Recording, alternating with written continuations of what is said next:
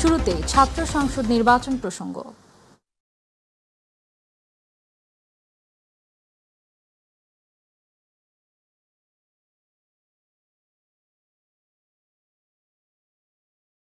জাহাঙ্গীরনগর বিশ্ববিদ্যালয়ের কেন্দ্রীয় শিক্ষার্থী সংসদ নির্বাচনের ভোট গণনা ৪৫ ঘণ্টা পর শেষ হয়েছে, তবে চূড়ান্ত ফলাফল ঘোষণা হয়নি। ২১টি হলের মধ্যে সবগুলোর ভোট গণনা শেষ হয় দুপুর ২টার পর। নির্বাচন কমিশন জানিয়েছে, দুপুরের মধ্যে ভোট গণনা শেষ হলেও ফল ঘোষণা হবে সন্ধ্যা ৭টায়। এদিকে নির্বাচনে অনিয়মের দায় স্বীকার করে পদত্যাগের ঘোষণা দিয়েছেন নির্বাচন কমিশনের সদস্য অধ্যাপক মোহাম্মদ মাফরুহি সাত্তার। মিফতা গালিবের রিপোর্ট। গত ১১ সেপ্টেম্বর জাহাঙ্গীরনগর বিশ্ববিদ্যালয় কেন্দ্রীয় ছাত্র সংসদ জাকসু নির্বাচন অনুষ্ঠিত হলেও মেলেনি নির্বাচনের ফলাফল। ছাত্রদলের ভোট বর্জন, কমিশনের দায়িত্বরত শিক্ষকের অনিয়মের অভিযোগ তুলে পদত্যাগ সহ নানা অভিযোগ পাল্টা অভিযোগে প্রকাশিত হয়নি ফলাফল। এর মাঝে ১২ সেপ্টেম্বর নির্বাচনের দায়িত্বরত অবস্থায় অসুস্থ হয়ে চারুকলা অনুষদের সহকারী অধ্যাপক জান্নাতুল ফেরদৌসের মৃত্যুতে ক্যাম্পাসে শোকের ছায়া নেমে আসে। আরও বিলম্বিত হয় ভোট গণনা কার্যক্রম। এর মাঝে হাড্ডাহাড্ডি লড়াই চলছে শিবির সমর্থিত ভিপি প্রার্থী এবং স্বতন্ত্র প্রার্থীর মধ্যে। পাল্টাপাল্টি অভিযোগে ফলাফল প্রকাশের দাবিতে ১১ সেপ্টেম্বর রাত থেকে সিনেটে অবস্থান সাধারণ শিক্ষার্থীদের। হাতে গণনায় সময় লাগলেও অতি দ্রুত ফলাফল প্রকাশে কাজ করছে বলে জানায় প্রশাসন। মিফতা গালিব, মাই টিভি, ঢাকা। বিদ্যালয় ক্যাম্পাসে আছেন প্রতিনিধি আসাদুজ্জামান খায়রুল, সরাসরি যুক্ত হচ্ছে তার সাথে। খায়রুল, জাকসু নির্বাচনের সর্বশেষ পরিস্থিতি নিয়ে কি খবর আছে আপনার কাছে?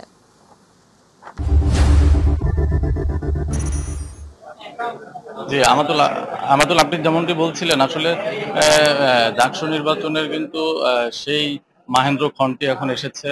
দীর্ঘ ৩৩ বছর পরে অনুষ্ঠিত হয় সেই জাকসু, কিন্তু আসলে বিভিন্ন নাটকীয়তার মধ্য দিয়ে আর কি এই ফলাফল গণনা শেষ হয়েছে। আমরা এইমাত্র সংবাদ পেলাম যে নির্বাচন কমিশনারের যে সদস্য লুৎফুল এলাহি, তিনি আমাদেরকে জানিয়েছেন যে নির্বাচন গণনা কার্যক্রম শেষ। আমরা যদি একটু দেখাই যে ঠিক এই দরজার পিছন সাইডেই কিন্তু নির্বাচন যে ভোট আছে সেই ভোটগুলো গুনছে। এবং আমি যদি একটু বলি যে আমরা একটু গুঞ্জন শুনেছি এবং এই যারা ভিতরে কাজ করেছে বা যারা হচ্ছে মোটামুটি ভিতরে গিয়েছে এবং শিক্ষার্থীদের মুখেও আমরা শুনতে পেরেছি যে স্বতন্ত্র সমন্বিত শিক্ষার্থী জোট থেকে কিন্তু আসলে জিএস প্রার্থী বের হওয়ার সম্ভাবনা আছে এবং স্বতন্ত্র প্যানেল থেকে কিন্তু ভিপি বের হওয়ার সম্ভাবনা আছে। এবং আরো যদি একটু বলি যে এজিএস মেয়ে নারী এজিএস মেঘলার নাম শোনা যাচ্ছে এখানে, যে তিনি কিন্তু আছে সমন্বিত শিক্ষার্থী জোট। এরকম বেশ কিছু অসমর্থিত সূত্রে কিন্তু আমরা জানতে পারছি যে এরা আসলে এগিয়ে আছে। আর যদি বলি যে নির্বাচনের এই মুহূর্তে এসে কিন্তু আসলে গণনা শেষ হলেও কিন্তু আসলে কয়টা নাগাদ যে তারা ফলাফল প্রকাশ করবে এটি কিন্তু আমাদের কাছে নিশ্চিত করেনি। আর ফলাফল প্রকাশের ক্ষেত্রে কিছু কিছু সূত্র বলেছে যে ৩টা নাগাদ হবে, যদিও প্রধান নির্বাচন কমিশনার আমাদেরকে বলেছিলেন যে বিকেল সন্ধ্যা ৭টার দিকে তারা ফলাফল জানাবে। তবে সবচেয়ে যেটি বোঝা যাচ্ছে যে তারা চেষ্টা করছে আরো মানে টাইমটা একটু আগিয়ে আনার জন্য। তাতে আমরা বুঝতে পারছি যে ৩টা নাগাদ খুব সম্ভবত তারা ফলাফলটি প্রকাশ করবে। জাহাঙ্গীরনগর থেকে জাকসুর কিন্তু সর্বশেষ পরিস্থিতি এই ছিল আমার কাছে। খায়রুল, আপনাকে ধন্যবাদ। দর্শক, জাহাঙ্গীরনগর বিশ্ববিদ্যালয় ক্যাম্পাস থেকে সরাসরি যুক্ত ছিলেন প্রতিনিধি আসাদুজ্জামান খায়রুল। রাজশাহী বিশ্ববিদ্যালয় কেন্দ্রীয় ছাত্র সংসদ নির্বাচনে মনোনয়ন প্রত্যাহারের শেষ দিন আজ। আগামীকাল চূড়ান্ত প্রার্থিতা প্রকাশ করা হবে। সেই দিন থেকেই প্রার্থীরা তাদের প্রচারণা চালাতে পারবেন। এদিকে গত বৃহস্পতিবার বিকেল পর্যন্ত 9টি প্যানেল ঘোষণা করা হয়েছে। এর মধ্যে ছাত্রদল ও ছাত্র শিবির ছাড়া কোনো ছাত্র সংগঠন বা স্বতন্ত্র প্যানেলই পূর্ণাঙ্গ প্যানেল ঘোষণা করতে পারেনি। কমিশনের সর্বশেষ তথ্য অনুযায়ী এবারে নির্বাচনে ভিপি পদে 20 জন, জিএস পদে 14 জন ও এজিএস পদে 16 জন প্রতিদ্বন্দ্বিতা করবেন। সংশোধিত তফসিল অনুযায়ী মনোনয়নপত্র প্রত্যাহার 13 সেপ্টেম্বর, প্রার্থীদের চূড়ান্ত তালিকা প্রকাশ 14 সেপ্টেম্বর। ওই দিনই শুরু হবে আনুষ্ঠানিক প্রচারণা। এরপর 25 সেপ্টেম্বর সকাল ৯টা থেকে বিকেল ৪টা পর্যন্ত একাডেমিক ভবনে ভোট গ্রহণ অনুষ্ঠিত হবে। প্রধান নির্বাচন কমিশনার জানান, আগামী শনিবার মনোনয়নপত্র প্রত্যাহার করা যাবে এবং পরদিন রোববার থেকে শুরু হবে আনুষ্ঠানিক প্রচারণা। এর আগে গত ৯ এবং ১০ সেপ্টেম্বর মনোনয়নপত্র যাচাই বাছাই হয়। রাকসুতে এবার অন্যান্য সংবাদ। নেপালের নতুন প্রধানমন্ত্রী সুশীলা কার্কিকে অভিনন্দন জানিয়েছেন বাংলাদেশের প্রধান উপদেষ্টা অধ্যাপক মোহাম্মদ ইউনুস। শনিবার এক বার্তায় প্রধান উপদেষ্টা এ অভিনন্দন জানান বলে তার উপপ্রেস সচিব আবুল কালাম আজাদ মজুমদার জানিয়েছেন। অভিনন্দন বার্তায় প্রধান উপদেষ্টা নেপালের জনগণের আস্থা ও বিশ্বাসের প্রতিফলন হিসেবে সুশীলা কার্কির দায়িত্ব নেওয়ার প্রশংসা করেন। প্রধান উপদেষ্টা তার বার্তায় দুই দেশের গভীর বন্ধুত্বপূর্ণ সম্পর্ক আরও জোরদারের প্রত্যাশা জানান। পাশাপাশি সাম্প্রতিক রাজনৈতিক অস্থিরতায় প্রাণহানির ঘটনায় নেপালের জনগণের প্রতি সমবেদনা প্রকাশ এবং আহতদের দ্রুত আরোগ্য কামনা করেন।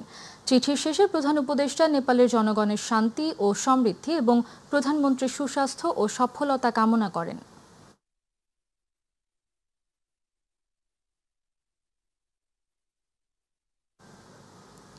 জাকসু নির্বাচনে ফলাফল বিলম্বে জাতীয় নির্বাচন নিয়ে শঙ্কা প্রকাশ করেছেন জামায়াতে ইসলামীর সহকারী সেক্রেটারি মাওলানা আব্দুল হালিম।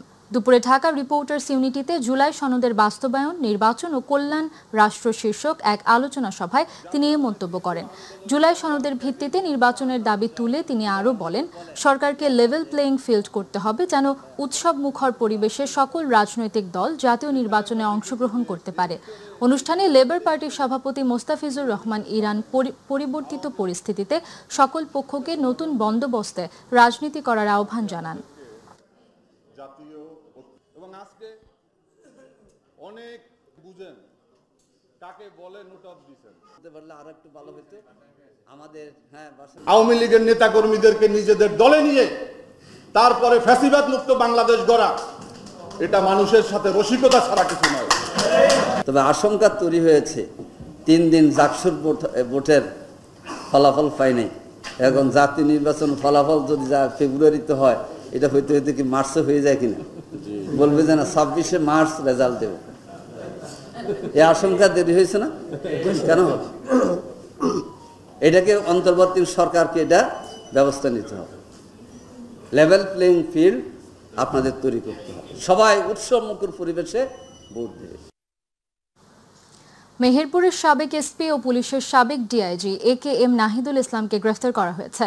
আন্তর্জাতিক অপরাধ ট্রাইব্যুনাল থেকে গ্রেফতারি পরোয়ানা জারির পর গতরাতে রাজধানীর ইস্কাটনের নিজ বাসা থেকে তাকে গ্রেফতার করে ডিবি। আন্তর্জাতিক অপরাধ ট্রাইব্যুনালে নাহিদুল ইসলামের বিরুদ্ধে গ্রেফতারি পরোয়ানা ছিল, সেটির পরিপ্রেক্ষিতে গোয়েন্দা তথ্যের ভিত্তিতে তাকে গ্রেফতার করা হয়েছে। এরই মধ্যে তদন্ত সংশ্লিষ্টদের কাছে গ্রেফতার নাহিদুল ইসলামকে হস্তান্তর করা হয়েছে। মেহেরপুর জেলা জামায়াত নেতা তারিক মোহাম্মদ সাইফুল ইসলাম হত্যাকাণ্ডে মূল আসামি মেহেরপুরের সাবেক পুলিশ সুপার ও সাবেক ডিআইজি নাহিদুল ইসলাম।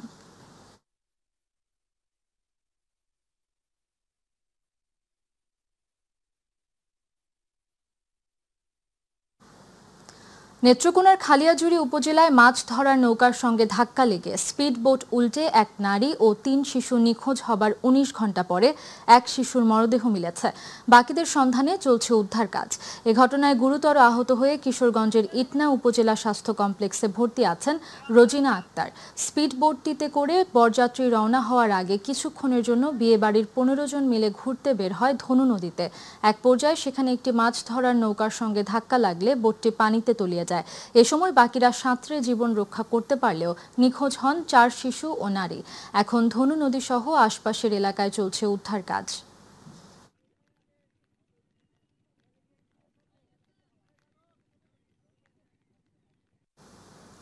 ময়মনসিংহের ভালুকা উপজেলায় 2 বাসের মুখোমুখি সংঘর্ষে 2 জন নিহত হয়েছেন। এ ঘটনায় আহত হয়েছেন আরও অন্তত 8 জন যাত্রী। সকাল 8টার দিকে উপজেলার ভরাডোবা এলাকার তাসরিফ কটন মিলের সামনে এই ঘটনা ঘটে। ভালুকা ফায়ার সার্ভিসের senior station officer Atikur Rahman জানান, ঢাকা ময়মনসিংহ মহাসড়কের সংস্কার কাজ চলায় ঢাকাগামী শ্যামলী বাংলা পরিবহনের একটি বাস উল্টো পথে চলাচল করছিল। এ সময় ময়মনসিংহগামী আয়ান পরিবহনের আরেকটি বাসের সঙ্গে মুখোমুখি সংঘর্ষ হয়। এতে ঘটনাস্থলেই 2 জন নিহত হন এবং অন্তত 8 যাত্রী আহত হন। দুর্ঘটনার পর বাস দুটিকে জব্দ করেছে পুলিশ।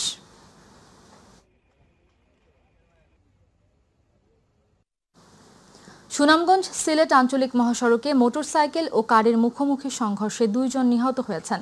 দুপুরে শান্তিগঞ্জ উপজেলার জয়কলস এলাকায় এই মর্মান্তিক সড়ক দুর্ঘটনাটি ঘটে।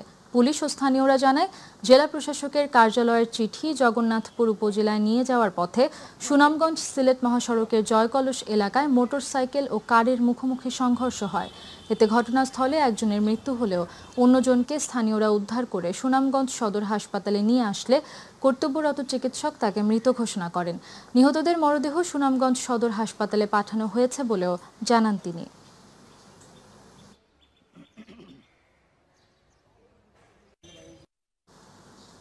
রাজনৈতিক দলগুলো পরিবর্তিত পরিস্থিতিতে নগরবাসীর অধিকার নিয়ে কাজ না করে ক্ষমতার দ্বন্দ্বে লিপ্ত বলে মন্তব্য করেন যাত্রী কল্যাণ সমিতির নেতারা। সকালে ঢাকা রিপোর্টার্স ইউনিটিতে বক্তারা জানান, গত 11 বছরে 6,000-এর অধিক সড়ক দুর্ঘটনায় 8,500 মানুষ নিহত হয়। বিশ্বব্যাংকের মতে রাজধানীর যানজটে প্রতিদিন 32 লক্ষ ঘন্টা কর্মঘণ্টা নষ্ট হয়, যার ক্ষতির পরিমাণ 98,000 কোটি টাকা। অনুষ্ঠানে বক্তারা সড়ক দুর্ঘটনা এবং যানজটের ভোগান্তি লাঘবের চিত্র নির্বাচনী ইশতেহার তুলে ধরেন।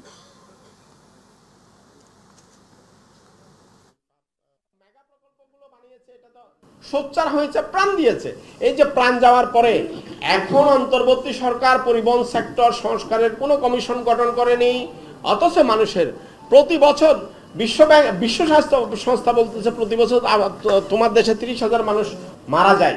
তাহলে এত বড় একটা মানুষের সংকট, যেটা একটা যুদ্ধের চেয়ে বেশি, এই সমস্যা সমাধানের জন্য বর্তমানে সবাই ক্ষমতায় যেতে চায়, কিন্তু তারা ক্ষমতায় গেলে আমাদের কি হবে? মালিকের সাথে শ্রমিকের বার্গেনিং হবে, দর কষাকষি হবে, তর্ক হবে, বিতর্ক হবে। এখন আপনি যদি শ্রমিকদেরও নেতা হন, মালিকেরও নেতা হন, তাহলে এই বার্গেনিং করার জায়গাটা কোথায় থাকলো? 26 বছর ধরে ঝুপড়ি ঘরে মানবেতর জীবন কাটানো এক বিধবার জীবনে এসেছে নতুন আশার আলো। ভোলার চরফ্যাশনের আনোয়ারা বেগম এখন একটি নতুন টিনের ঘরে বসবাস করছেন। মাই টিভিতে সংবাদ প্রচারের পর তার জীবনে ঘটে গেছে এই পরিবর্তন। প্রতিনিধি শাহাবুদ্দিন হাওলাদারের তথ্যচিত্রে আরও জানাচ্ছেন জুবাইর রহমান।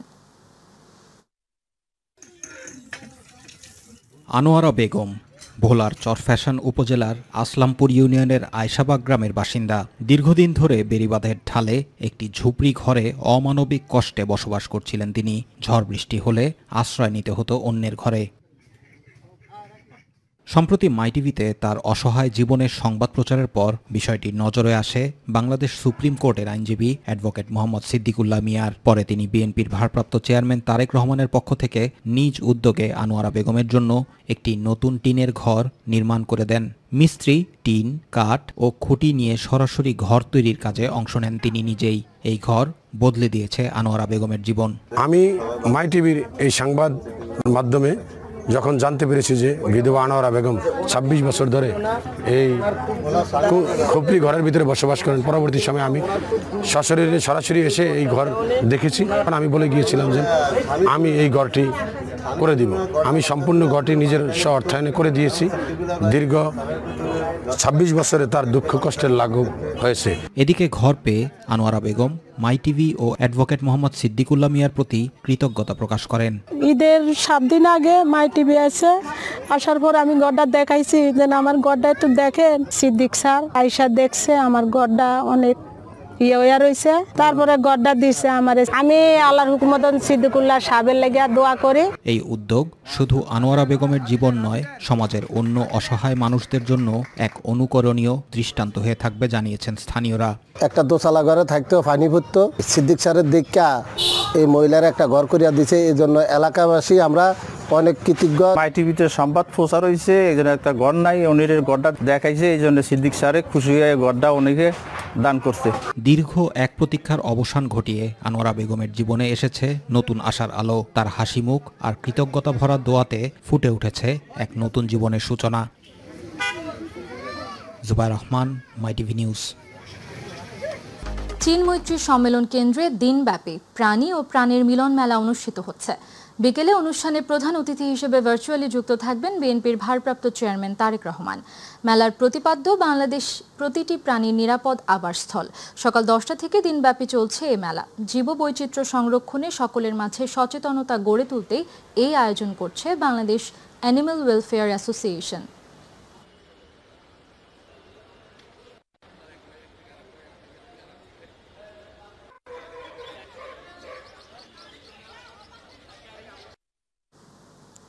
সাতক্ষীরায় মেধা ও যোগ্যতার ভিত্তিতে পুলিশের কনস্টেবল পদে চাকরি পাওয়ায় খুশিতে আত্মহারা ২৮ তরুণ তরুণী। তাদের এমন অর্জনে খুশি এলাকাবাসী। স্থানীয়রা বলছেন, অধিকাংশের পরিবার আর্থিকভাবে অসচ্ছল হওয়ায় নতুন চাকরি পেয়ে পরিবারের দায়িত্ব নেওয়ার পাশাপাশি দেশ সেবা করবেন তারা। সাতক্ষীরা প্রতিনিধি ফয়জুল হক বাবুর তথ্যচিত্রে আবু সাইদ অপুর রিপোর্ট। বছরের পর বছর ধরে পুলিশের চাকুরিকে বলা হতো সোনার হরিণ। ঘুষ আর তদবিরের বেড়াজালে আটকে যেত অসংখ্য দরিদ্র পরিবারের সেই স্বপ্ন। কিন্তু বদলে গেছে সেই ইতিহাস। মেধা আর যোগ্যতার ভিত্তিতে এবং ঘুষ আর তদবির ছাড়াই এবার সাতক্ষীরায় পুলিশের চাকরি পেলেন ২৮ জন তরুণ তরুণী। গেল বুধবার রাতে সাতক্ষীরা পুলিশ লাইন্স ডিলশেটে আনুষ্ঠানিকভাবে পুলিশের কনস্টেবল পদে মৌখিক পরীক্ষার চূড়ান্ত ফলাফল ঘোষণা করেন নিয়োগ বোর্ডের সভাপতি ও পুলিশ সুপার মোহাম্মদ মনিরুল ইসলাম। এই ঘোষণার মুহূর্তে বাঁধভাঙা উচ্ছ্বাস আর আনন্দ অশ্রুতে ভিজে গেছে প্রার্থীদের চোখ। নিয়োগটা সম্পূর্ণ মেধার ভিত্তিতে সুষ্ঠুভাবে নেওয়া হয়েছে। পরীক্ষা দিয়ে এই চাকরিটা পেয়েছি, তার জন্য আমি অনেক আনন্দিত এবং গর্ববোধ করছি। আমি একজন কৃষকের ফ্যামিলি থেকে আজকে একটি সরকারি চাকরি পেয়েছি, আলহামদুলিল্লাহ আমি অনেক খুশি। তবে উত্তীর্ণরা অনেকেই আর্থিকভাবে অসচ্ছল পরিবারের সন্তান। চাকরি পেয়ে তারা এখন পরিবারের দায়িত্ব নেওয়ার পাশাপাশি দেশের জন্য কাজ করতে চান।